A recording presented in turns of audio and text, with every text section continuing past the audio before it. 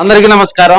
ఈ రోజు Markapuram medical college వద్ద వైసీపీ చేసినటువంటి నిరసన కార్యక్రమం సూపర్ సక్సెస్ అయిందని కూడా తెలియజేసుకోవచ్చు. మళ్ళీ ప్రకాశం జిల్లాలో వైసీపీ మళ్ళీ పుంజుకుంటుందా? ఎందుకంటే దర్శి ఎమ్మెల్యే బూచేపల్లి శివప్రసాద్ రెడ్డి ఆధ్వర్యంలో ఆయన జిల్లా అధ్యక్షులుగా ఉన్నారు. ప్రతిష్టాత్మకంగా కూడా మార్కాపురం మెడికల్ కాలేజీని మరి ప్రైవేటు వ్యక్తుల్లోకి తీసుకెళ్లే విధానాన్ని పీపీపీ విధానాన్ని వ్యతిరేకిస్తూ బూచేపల్లి శివప్రసాద్ రెడ్డి ఆధ్వర్యంలో కూడా భారీ నిరసన కార్యక్రమానికి గత 3 రోజుల క్రితమే పిలిపివ్వటం జరిగింది. అయితే లాస్ట్ మినిట్ లో అసలు ఈ మెడికల్ కాలేజీ వద్ద నిరసనలకి వైసీపీ నాయకులు కానీ ఎమ్మెల్యేలు కానీ ఇతర నాయకులు పాల్గొనటానికి లేదు అని చెప్పి అర్ధరాత్రి అదేవిధంగా నిన్న రాత్రి వరకు కూడా కొంతమందికి మరి నోటీసులు అందజేయడం జరిగింది. అదేవిధంగా ఈ నిరసన కార్యక్రమానికి సంబంధించి వైసీపీ నాయకులను కార్యకర్తలను మరి అడ్డుకునేందుకు పోలీసులు విఫలయత్నం అయ్యారని కూడా తెలియజేసుకోవచ్చు.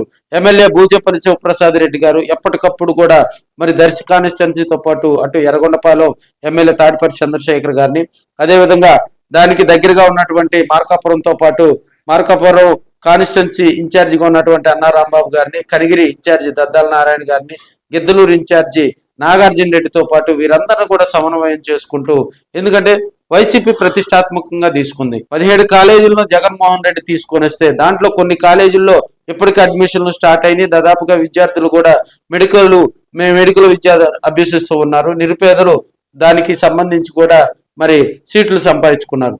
సో ఇప్పుడున్న పరిస్థితుల్లో కూడా మార్కాపురం మెడికల్ కాలేజీని త్వరితగతిన, ఎందుకంటే ఇప్పుడు ఉన్నటువంటి మెడికల్ కాలేజీల్లో ఫాస్ట్ గా మార్కాపురం మెడికల్ కాలేజీని పీపీపీ విధానంలో ప్రైవేటు వ్యక్తులు కట్టబెట్టే కాలేజీలో మొదటి వరుసలో మార్కాపురం మెడికల్ కాలేజీ ఉంది.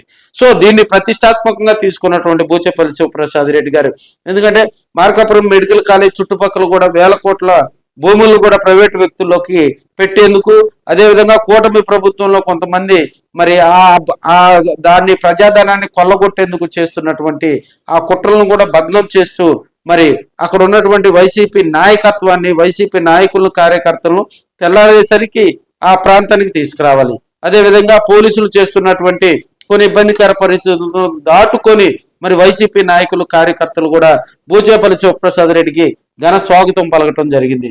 అదేవిధంగా మెడికల్ కాలేజీలో మరి అక్కడ జగన్ నామస్వర్ణంతో జై జగన్ అంటూ కూడా ఆయనను ర్యాలీగా మెడికల్ కాలేజీ లోపలికి తీసుకెళ్లి అక్కడ ఉన్నటువంటి ప్రాంతాన్ని పరిశీలించి, అదేవిధంగా కూటమి ప్రభుత్వం చేస్తున్నటువంటి దుశ్చర్యలను, మెడికల్ కాలేజీ ప్రైవేట్ పరం చేస్తే వచ్చేటువంటి ఇబ్బందులను, అదేవిధంగా పేద ప్రజలకు అక్కడ మెడికల్ కాలేజీ గనక రూపాంతరం చెంది ఆడ నిర్మాణం గనక జరిగితే దానివల్ల జరిగేటువంటి లాభాలన్నింటినీ వివరిస్తూ బూచేపల్లి ఎమోషనల్ ప్రసంగం చేశారని తెలియజేసుకోవచ్చు.